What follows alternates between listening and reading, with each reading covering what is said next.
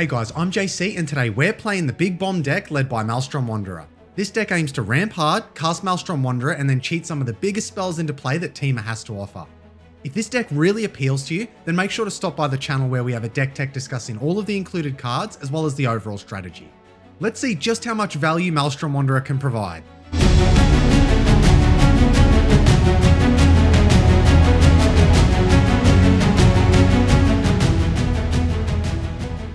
Alright guys, let's see what our opponents are bringing to the table. We have Esika, God of the Tree. We have Tymna the Weaver partnered with Ikra Shidiqi the Usurper. And we also have Feather the Redeemed. So definitely some powerful commanders at the table today. Alright, let's take a look at our opening hand. We do have turn 2 and turn 3 ramp. And I do like Lurking Predators. Absolutely awesome card. I think we can keep this. Alright, and we draw a land for turn. So let's just start by playing our forest. And then pass in the turn. Esika plays their land for turn. It is just a tap land, a Path of Ancestry. And that is it for them. Tymna plays a land. And they cast an Elves of Deep Shadow. And that is it for them. Feather just plays a tap land for turn. And they pass it over. We draw another land for turn. So let's play our forest. And now let's cast our Nature's Law. Then we'll put our Triome into play. And that's going to be us done.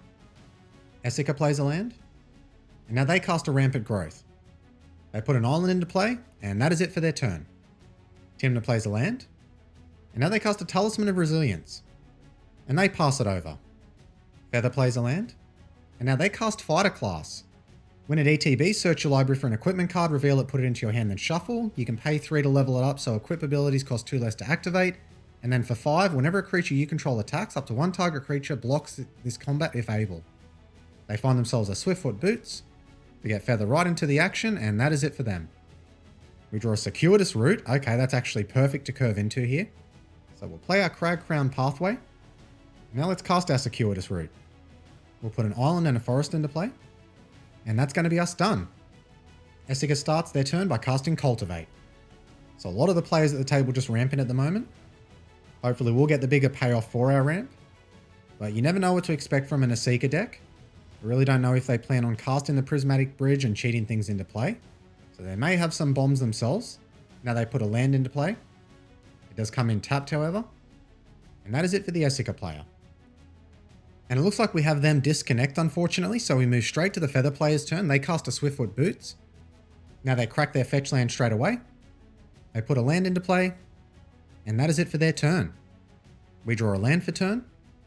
So let's start by playing our Yavimaya Coast. And then let's resolve our Lurking Predators. That goes through. And let's hope we get some big hits off the Predators now. Really fun card to play in Commander. It really puts your opponents on their toes and forces them to consider how many spells they're actually going to cast. Esika starts their turn by casting the Prismatic Bridge. That does trigger our Lurking Predators.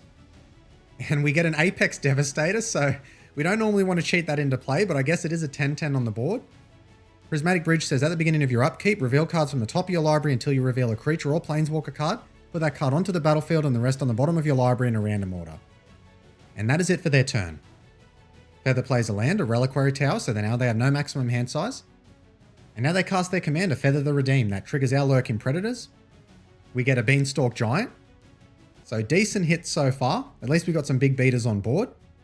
Feather says, whenever you cast an instant or sorcery spell that targets a creature you control, exile that card instead of putting it into your graveyard as it resolves. If you do, return it to your hand at the beginning of the next end step. Now they move to equip their Swiftfoot Boots to Feather. So now it can attack. Let's see if they do. And they are coming our way. Alright, we'll take the 3 damage. And then that is it for their turn. We draw another land for turn. Alright, so we'll start by playing our Verdant Catacombs. We'll crack that straight away. Then we'll put a forest into play. And let's cast our commander, Maelstrom Wanderer. That cascades twice. We get a Genesis Ultimatum. Beautiful. So let's see what we get off of that. Oh, and this is a massive, massive hit. This might actually be game here. We get Nyx Bloom Ancient, Fiery Emancipation, Colossal Sky Turtle, and Eryximethys.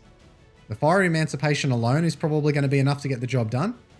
So let's put them into play. We'll see how our opponents respond. Our second cascade, we get a Vastwood Surge. So just some more land ramp. That triggers Eryximethys, so it's going to remove a counter.